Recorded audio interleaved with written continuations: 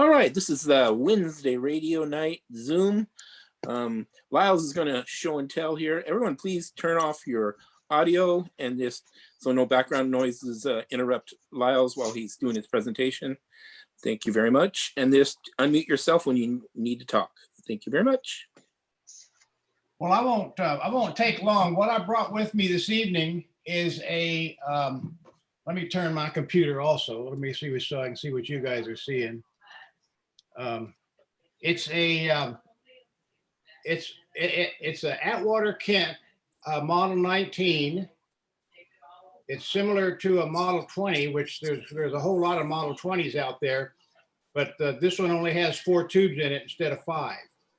And it's a bottom of the line set, and it's original. I haven't done anything to it. And I had it playing a year or so ago, and I was going to try to get it playing for the meeting tonight, but I either substituted a tube and put a bad tube in or something. Anyway, it's not playing, so I'll work with it tomorrow, the next day, and get it playing. But I don't think it's a real common radio, but I just thought like I say, I wanted to have it playing for tonight, but I didn't quite get there. But that's what it is. It's an Atwater Kent 19. I'll put it down and open the top.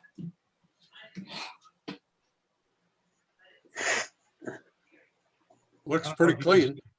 I don't know if you can see. Oh yeah, it's nice and clean. And as far as I know, it's original. And it's got, like I say, it's got 4 tubes in it. And I've listened to it before, but what I might have done is I might have traded a tube out and left a bad tube in without knowing it. But I thought I'd bring it along tonight and let everybody take a look at it. Any questions? Yeah, you need a little bit better light to look inside that thing. Oh, yeah. Well, it's fairly straightforward. It's an Atwater Kent. Uh-huh. I don't know if this is any better. That's pretty dark in there. Yeah. Turn it over. Turn it over. Yeah, I'll turn it over. There you go. Oh, that looks better already.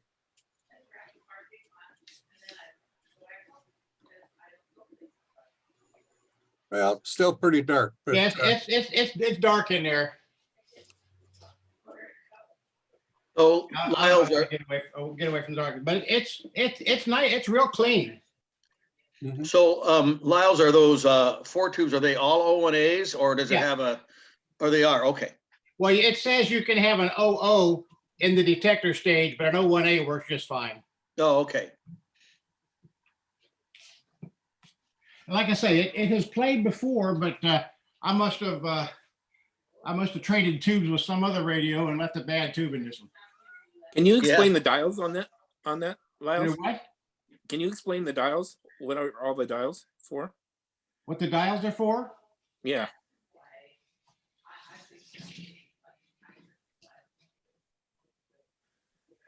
It's got two tuning capacitors. It's a battery set. It's a TRF, and this changes your antenna coil to get different stations. This is the tapped coil, and then it's got a detector volume control and an audio amplifier volume control.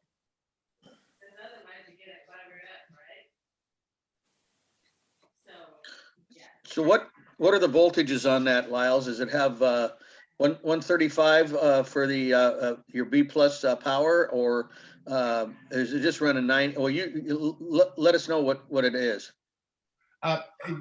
It just calls for 90. 90. Okay. 90 for B plus and 5 volts for the O1A filaments. Mm-hmm. And I think it wants 45 volts for the detector blade. Okay. For the detector, it wants 20. It says 20 volts, but 22 and a half is more standard. Right. What's the C bias voltage? Is that 4.5 minus 4.5 or? Yeah. Okay.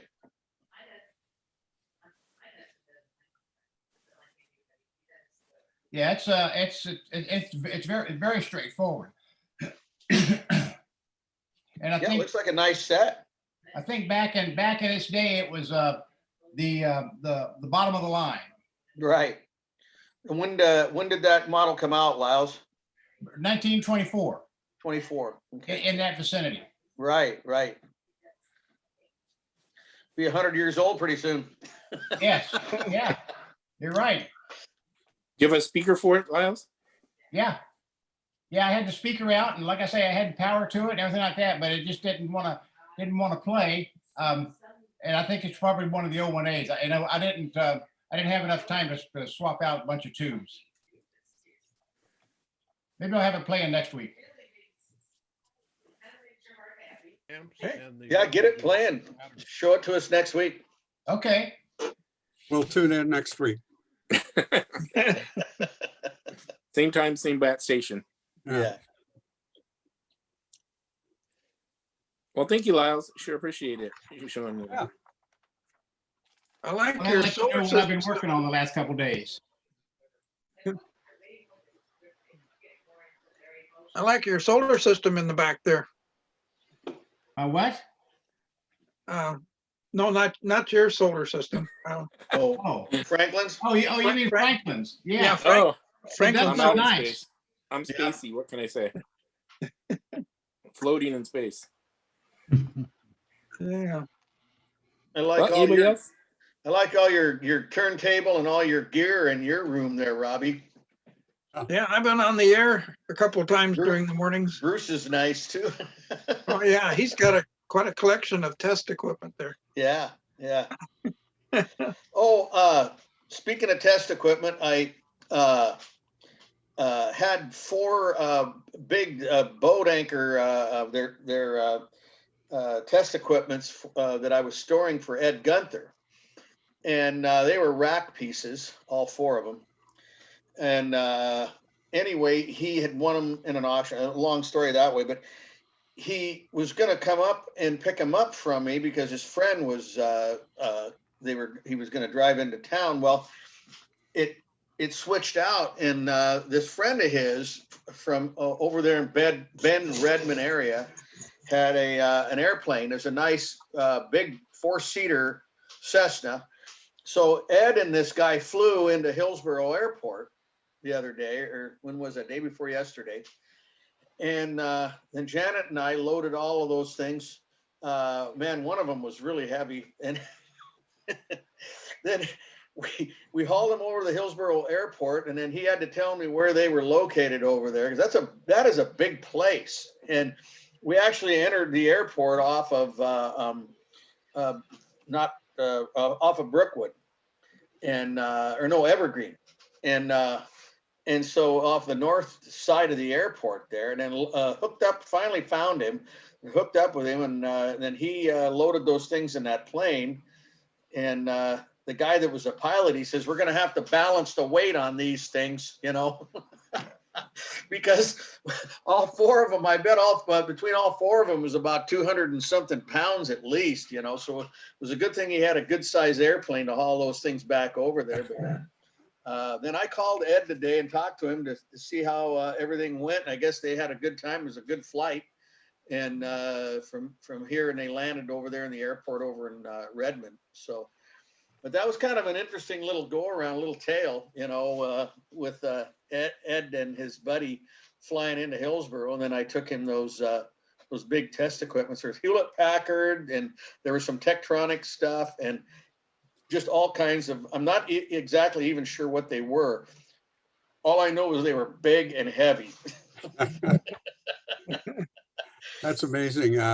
Ed called me up earlier, wanting to tour the museum, but we're closed. Oh yeah, he said something about it. Yeah. Because he was flying in, and I said, well, gosh, check on us in a few months. Yeah, that's right. Yeah, he mentioned that to me. Ed has a lot of test equipment. One of his main areas of interest is Tektronix equipment. Yeah. I'm glad to hear that he's doing well. Yeah, oh yeah, he is. He's Been a doing long real well. time. He looked good. He looked like the same old Ed. So yeah.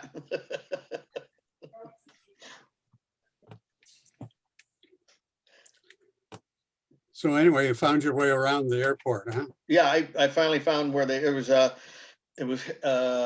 what was that? It was called Hillsborough Aircraft. And it was, which, you know, you got a name like that, you know, you're not sure exactly where they're located, but they ended up being on a little street called 30th off of Evergreen. And we just finally found, he helped me find it. You know, the MapQuest was no good at all because I had no address to go by. And but anyway, Janet and I finally got over there, and the guy had parked the plane in this place. I don't know how they got there, but apparently there must be an airport landing a landing strip, you know, close to where they're at. They're on the north side. So yeah, it was interesting.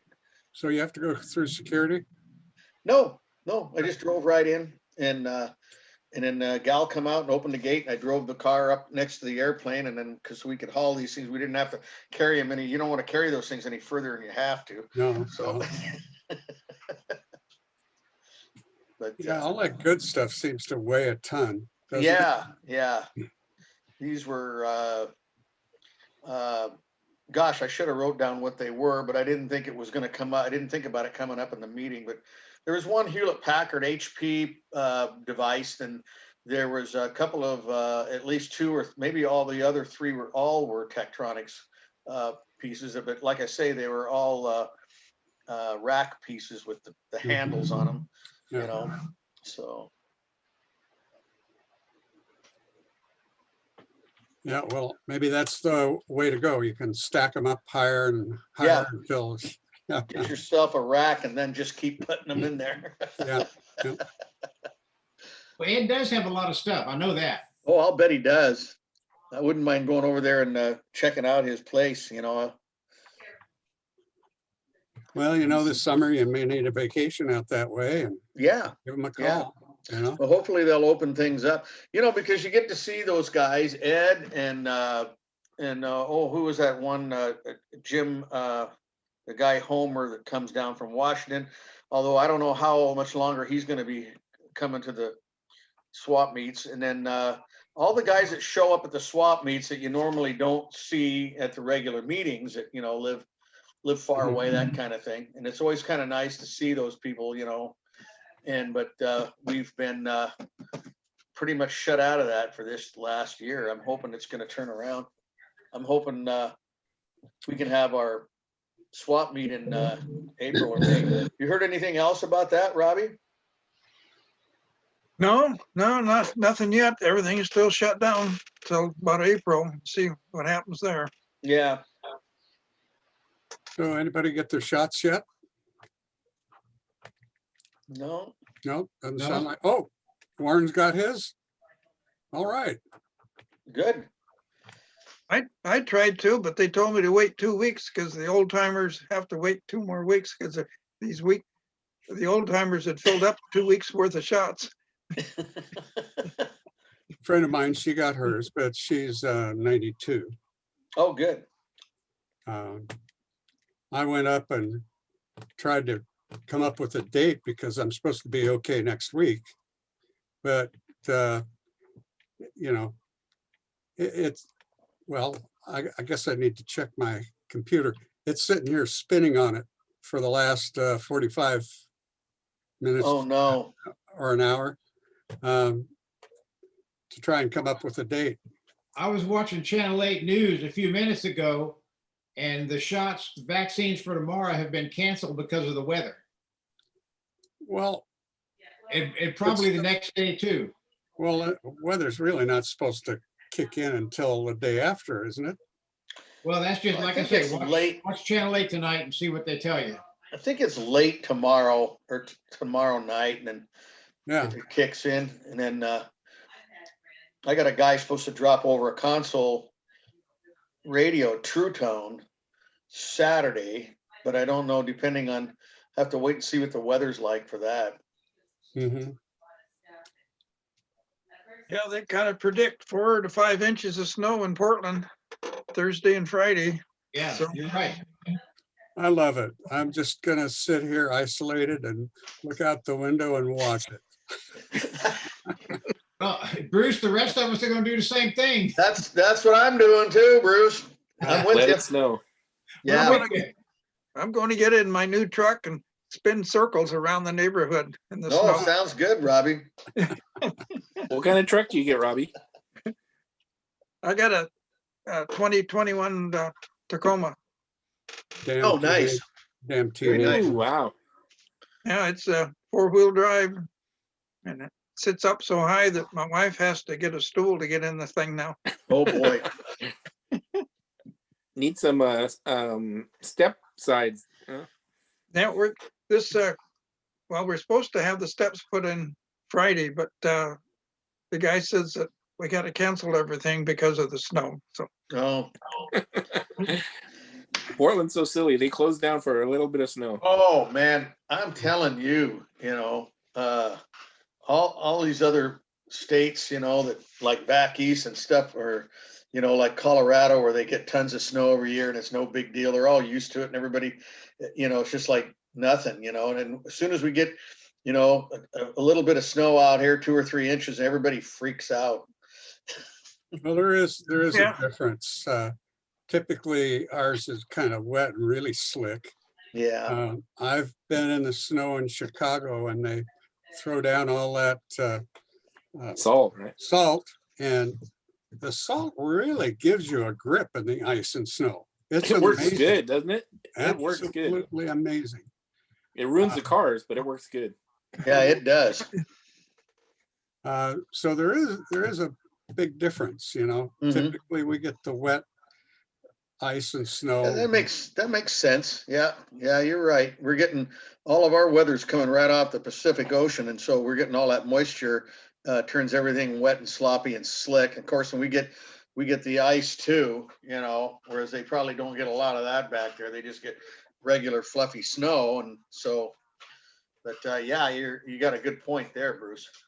I was in Chicago the first week of January here. Oh, this is 20 years ago.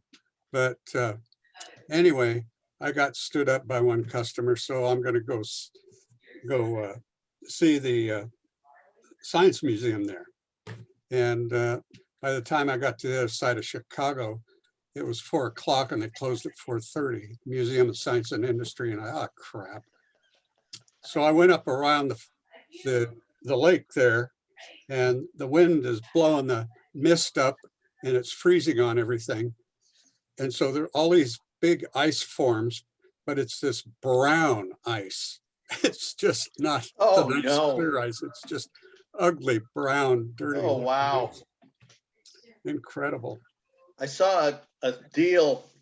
Where was that? Reminded me of this. I saw a deal. It was on TV, one of these shows, I forget. But somewhere was freezing cold, and the icicles were coming off of the gutters of this house, and they're big icicles, like I don't know, 5-6 inches long, and how they come down, and this woman grabbed one of them, and then she started eating the ice and crunching it up, and this woman gets on there and she goes, "Don't ever do that." She says the water comes off your roof and forms those icicles, and what's on your roof is bird poop. So now you're eating water with bird poop in it. Mike, that's a good point. Bird poop Yeah. icicle. It Yeah. was so funny. Yeah. She was just so adamant about that. She goes, "Don't ever do that," I just laughed. I thought that was funny. I used to live in Iowa years ago. We'd have icicles 6 feet tall coming down almost to the ground. Wow. Yeah. And we'd have 3 feet of snow and the schools were still open. Yeah, I believe it. Yeah.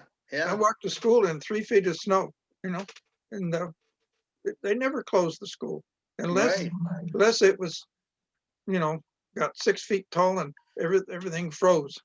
Well, I heard today that the kids were all hoping that they would have a snow day, for like either, well, maybe not tomorrow, but maybe Friday, and all the schools go, no snow days. You're just going to get on your computer like always. So, it doesn't matter what the weather's doing because we're having school on Zoom. So the kids are bummed out because now, even though they got the snow, they got no snow day.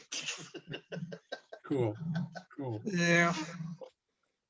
life is tough, you know. Yeah, isn't that just too Yeah. bad? Yeah.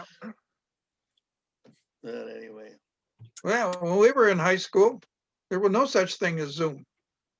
You Yeah. just, oh, well, yeah, yeah, you just went to school. That was it. for sure. Yeah. They're No, talking I- about having a 1 day a week classes now, right? That's what I heard today. Oh, you mean in person? Yeah. Yeah, I heard that too. I don't know what sense that makes. Why don't you Doesn't either, make any either gonna sense, does open it? them up or not open them up, but why have just one day where you're gonna Yeah. open them up? You know, that's weird. Well, I think they're staggering kids, aren't they? They might be, yeah, yeah. they Half Okay. the could be. class goes one day and stays 6 feet apart, and the other half goes the next day and they stay 6 feet apart. So, Yeah, you know, alternate desks. yeah, and they're trying to figure out if they're gonna open up sports, you know, and they wanted to try and get football in, you know, and for high schools in this late stage of the year, which is totally way out of season. So Yeah. everything's all messed up that way chronologically, or you know, your normal seasons are football in the fall and then basketball in the winter and baseball in the spring, and so that's all messed up. But they don't think they're going to be able to let the schools start practicing or having football, so they may just be out of luck for this year. But it makes you wonder, you know, they can have a Super Bowl, you know, and all the NFL and that, and then some of the colleges had some football, but I don't know. After that Super Bowl game, it looked like a super spreader. yeah, Well, the TV said that they test all the players that are on the field get tested for COVID-19, and then for the stands, they, you know, people kept their distance. The stands were only Yeah. like 1/4 full or something like that. yeah. Well, it was a celebration afterwards. It was a big. Oh, I didn't see that. Exactly. They had a parade, right? I just turned it off. Oh, no, big, There was plenty of celebrations and get together for the Super Bowl, I'm sure. Yeah, I'll bet there was. Yeah. big parties out in the streets afterwards, and no Oh, masks. boy. No masks to speak of. So it may be another punch like Christmas and New Year's. Yeah. Eve. Yeah, sometimes people just get frustrated with it, and then they lose common sense and go out and, you know, throw logic to the wind and just, hey, I'm gonna party anyway, you know, and then the next thing you know, then you got a spreader. Yeah. Let's not get too far into common sense here. We could have a Yeah. real discussion. Good Yeah. one. Yeah, that's true. Or else you can party in the hospital with the nurses. Yeah. Anyway, what a year. Yeah, no kidding. I just hope it gets turned around. Yeah, it'd be nice to be able to have a swap meet in April or maybe May, something like that, you know, if they start to lift the restrictions. But you know what, I can't figure, did you ever hear anything else, Robbie, about those guys down there at Aurora having that, what was it? It was a flea market, I think it was. Yeah, I talked to Lisa the other day, and Yeah. she has flea markets every weekend. Well, how do they do that? You know? They just wear masks and space themselves. She lets so many people in the building at a time. Oh, okay. She So spaces they got them it out. pretty well restricted then that way. Okay. Well, that's- I'm guessing that the shops in Aurora are probably open for business, but then, you know, you only have just a few people in your shop at a time. yeah, Of course, every time I've been down there weren't that many people in the shops anyway. that's right. Yeah. But she said she's making all kinds of money. She just has shows every weekend. Huh? Yeah. I'll be darned. Yeah. So what do you think in April? Maybe we could have a show down over there, Aurora? Well, hope so. Yeah. Talk to Lisa Han and tell her we all want to come down there and sell radios. See what she Yeah. says. So that's Yeah. 2 months away. Yeah. That's right. Well, if the COVID keeps going down like it is, they said that they're below below the 600 mark. They're down to 300 mark like Yeah, last I night. saw that. If it keeps going down, maybe we could have it in maybe March. Didn't they say Well, like about Oregon is like March. third in the nation? I would We are think like third from the top. maybe April at the soonest. And it may even be that we have to wait till May, which would be fine, So, Yeah, just have to watch the numbers and see what happens. yeah. See what they'll allow. And then if the governor, if she lowers the restrictions and stuff like that and says that you can have, 50 people in the building or whatever like that, I don't know. So I wonder what kind of Whatever they'll turnout, allow, I wonder what kind of turnout we might get. that's, I'm pretty apprehensive about going out there yet. yeah. Well, that's just like that estate sale down in, down there at, in Southern Oregon, down there by Eugene, what is it? Crawfordville. Crawfordville, that's right. Yeah, I don't know, that, it kind of bothers me too. You don't know how they're gonna operate that. Mhm.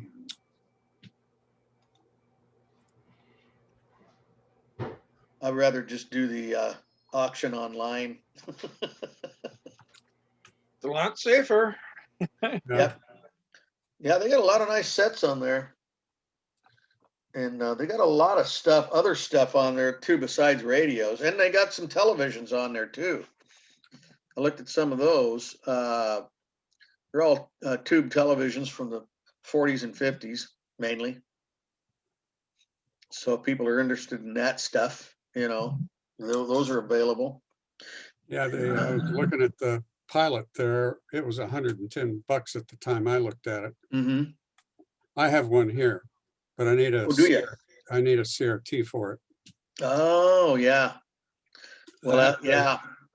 I tried jacking up the heater voltage to get it to work better, but you got to bang on it to get some intermittent connection inside the tube to make. Oh, really? Yeah. Oh, my goodness. Oh, wow. Once you get that in a heater voltage, which is about 50% higher, it doesn't do too bad, but yeah, you can't That's operate crazy. that like that. Yeah, yeah. And those 3-inch CRTs aren't easy to find.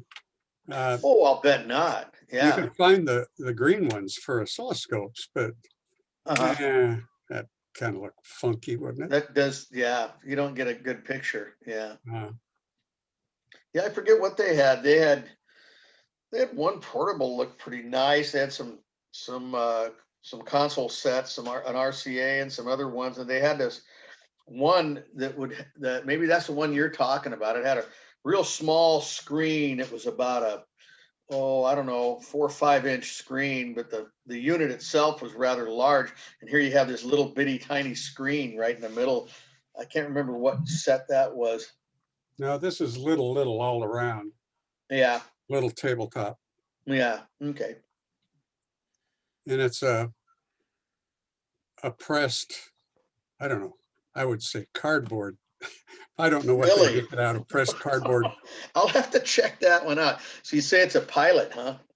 Yeah. Yeah. When I'll pull that McLaren's auction open. I'll look at that one and see what it is. That's interesting.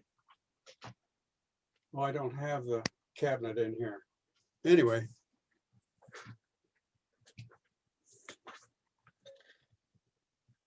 But anyway, it's kind of fun to get it up and running, but Yeah, I'll bet. now I really need a tube for it. Yeah. Well, it's kind of a crapshoot too that way, because you could buy the other one on the auction and maybe the CRT's bad in it too. I mean, you never know. So Mhm. that's the trouble with stuff like that. The other problem is they didn't make, I mean, that was the only set that ever used that CRT. Oh, really? And so as far as black and white, Yeah. that was it. The others were all green for oscilloscope usage. Yeah. Yeah. Right. Huh. So you didn't have a big quantity like a 21 ZP4 or something like that, Right. I don't know what that is, but okay, I'll take your word for it.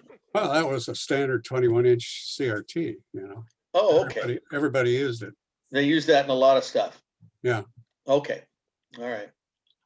I replaced one of those in my folks Hoffman way back when. Yeah. And anyway, I discharged the high voltage and I got the tube out and, you know, I'm carrying this thing and the anode button was at my belly. And anyway, it zapped me and don't want to drop it. You know, I'm carrying this Oh, bomb. no. And anyway, I held on to it even when I got zapped. So it didn't discharge completely. But you Well, thought it did. they have a thing that's called soak. And you could discharge it and some of that voltage comes back. Oh, really? Yeah, yeah. Wow, that's interesting. So you want to zap it and then maybe hit it a little later again. Wow. Some capacitors, well, basically the CRT has the DAG on the outside, which is a capacitor between it and the DAG on the inside of the CRT. Right, right. And there are a lot of specialized capacitors for precision equipment that don't have any soak Oh, for special purposes. wow. But a lot of capacitors can have some soak, but we don't care much for I'll have what to we're read normally about using. that. I've got a good book on televisions that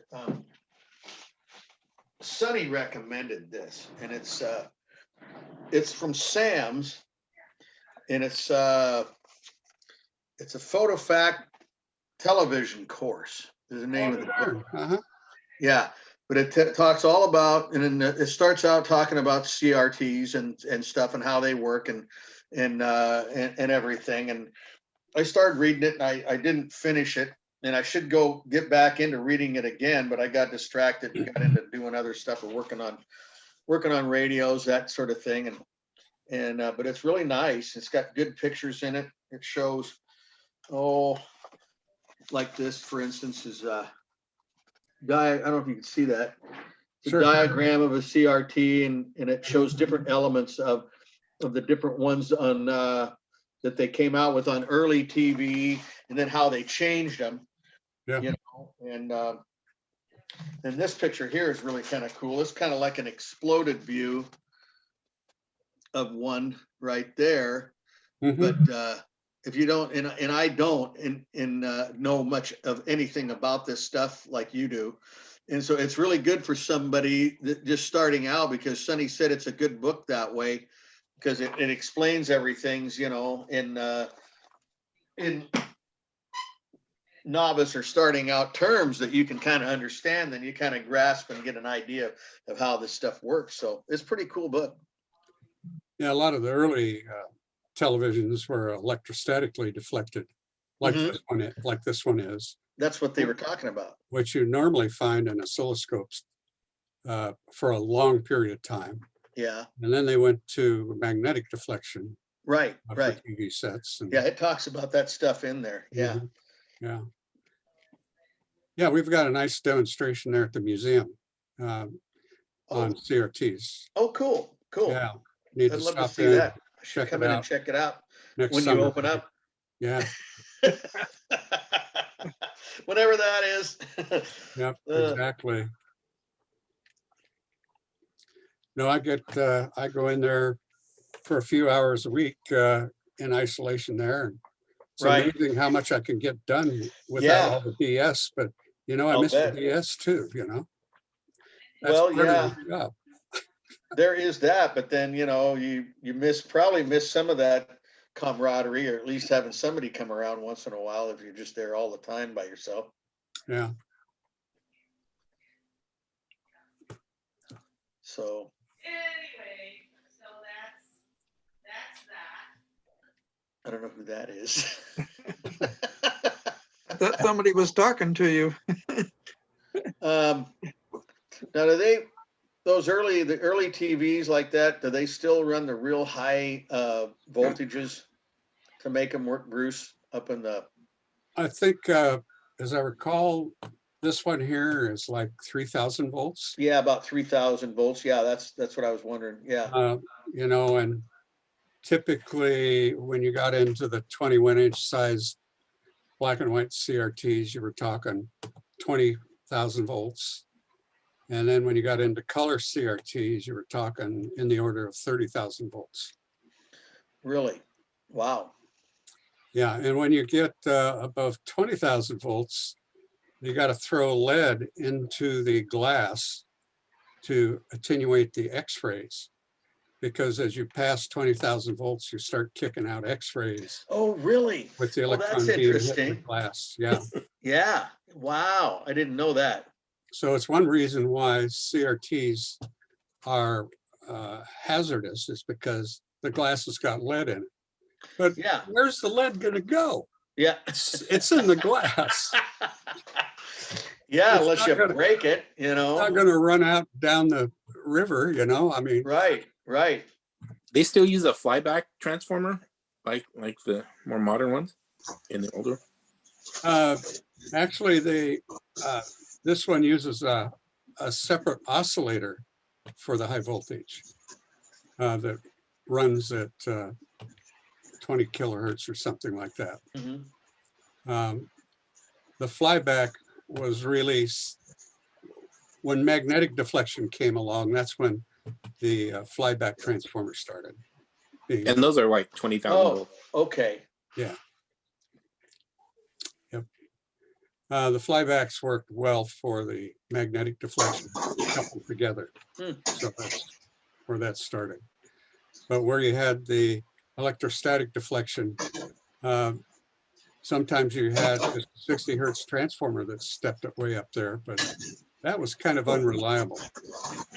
Ah, Mainly it was an oscillator type high voltage. so it wasn't, they're just not stepping up that voltage in the transformer. They're using that oscillator to go ahead and get you the real high voltages then, is that correct? Well, at 20 kilohertz, it's a lot easier to make a small high voltage transformer to step it up. Ah, okay. When you're talking 60 hertz iron, that takes a lot of space and a hell of a lot of turns Yes, to it would. that kind of voltage. Yeah. And early on, Tektronix learned that that's a bad thing to do because the power transformer wasn't very reliable. And so the first, Wouldn't they get hot? well, not necessarily, Oh, because okay. it's very low current. Oh, okay. Low current. Yeah, yeah. You just have Yeah, to it would be. You'd be dropping your current way down when you're stepping that voltage way up. Yeah. Wow. Yeah, you're only talking, you know, a maximum of a milliamp. Sure. Okay. Yeah, yeah, But, of course. A milliamp at 1 kV, let's see, that's 10 watts. Not very much, Yeah. but a whole hell of a lot of voltage. So anyway, Tech learned that early on with the 511, that first oscilloscope. So serial number 450, they changed over to an oscillator type high voltage. They learned their lesson. Yeah, yeah. Well, that's good. You know, there's always somebody that is a good engineer that comes up with that stuff and solves the problem. So that's great. That's what it's all about. That's probably about the same time they come up with IC. No, they probably came up with the oscillator high voltage before that. Yeah, before Tech used it. Yeah, because this is 1948. 48. Yeah, Okay. pilots in Cool. 1948.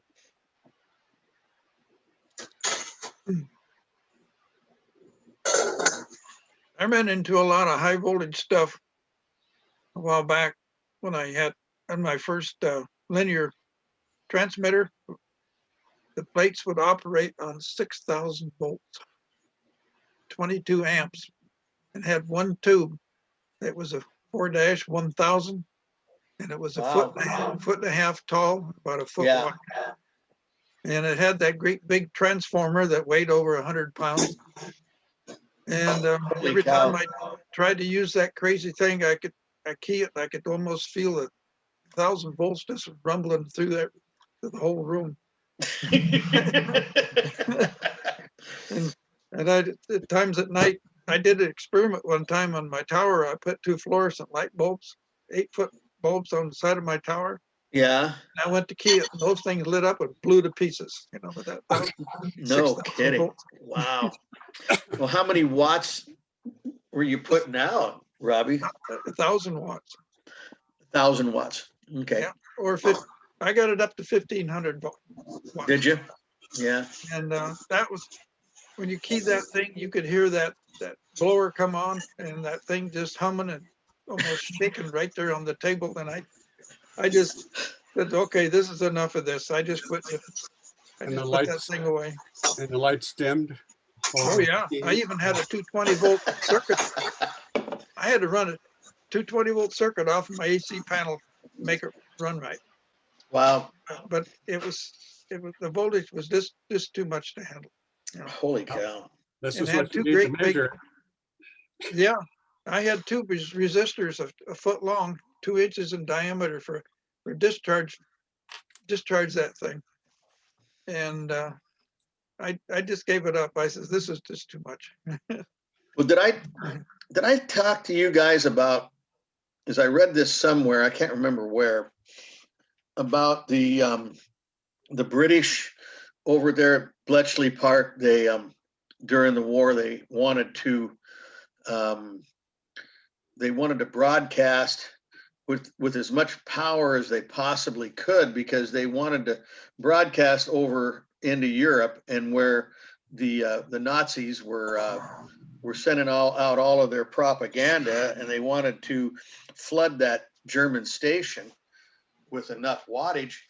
So guess where they got a transmitter from to Good do old that? USA.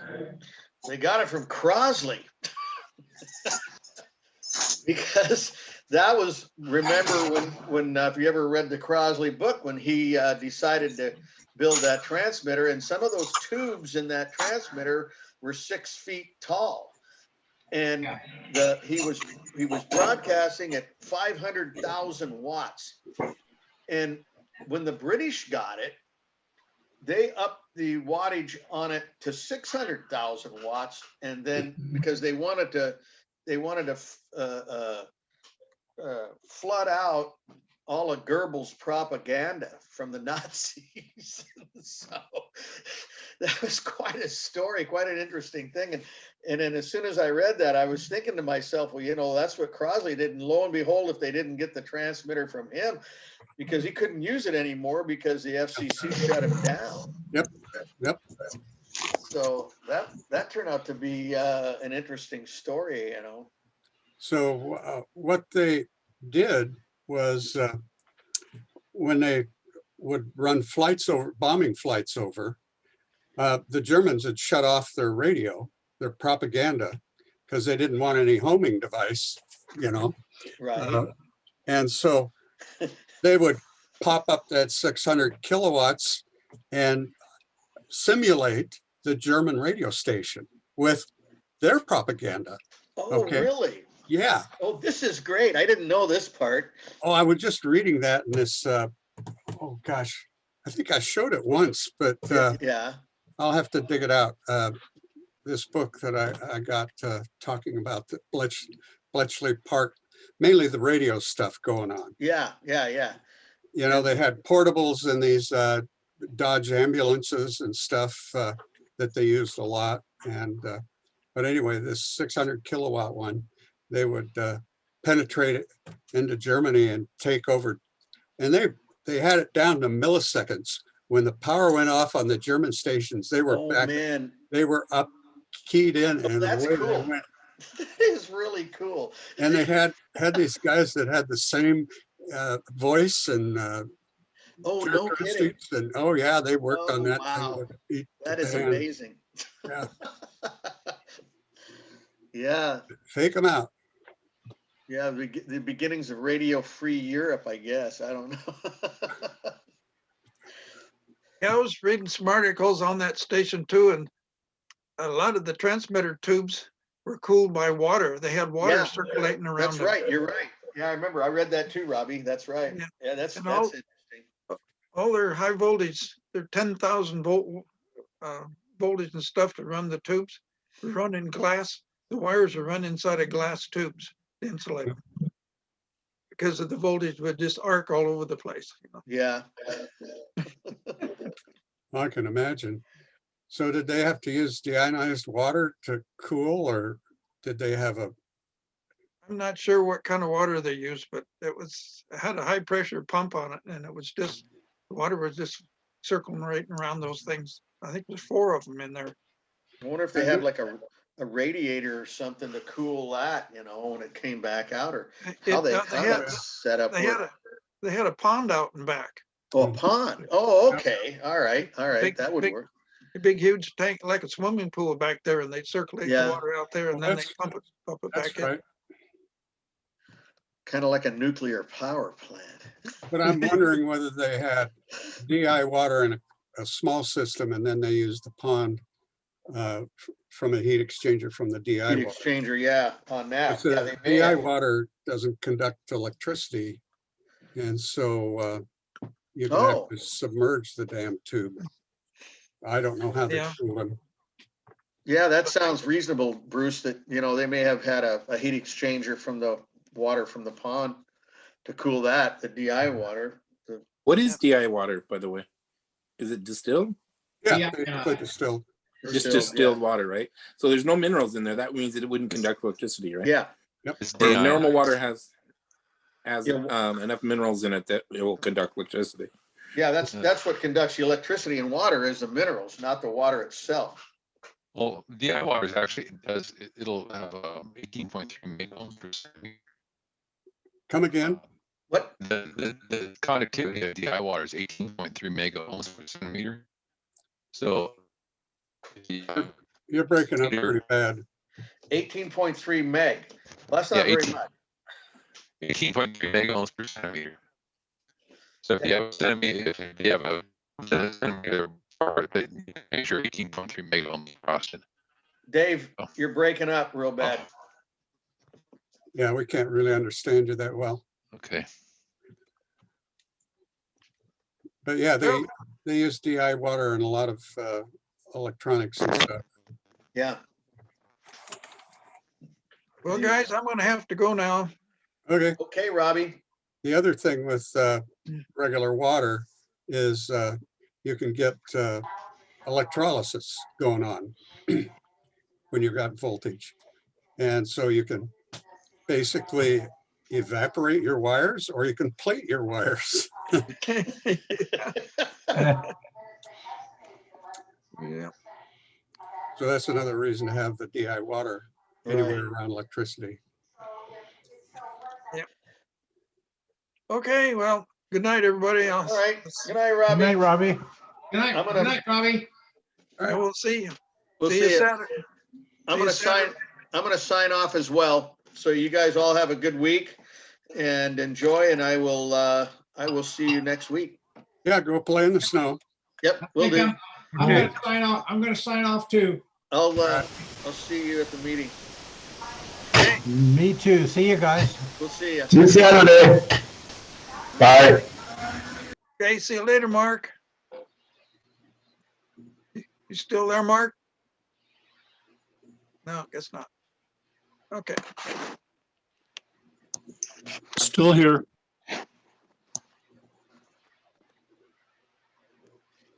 Are you there, Mark? Yeah, still here. Okay. Well, I gotta sign off, so. Well, I'll see you all later. Okay.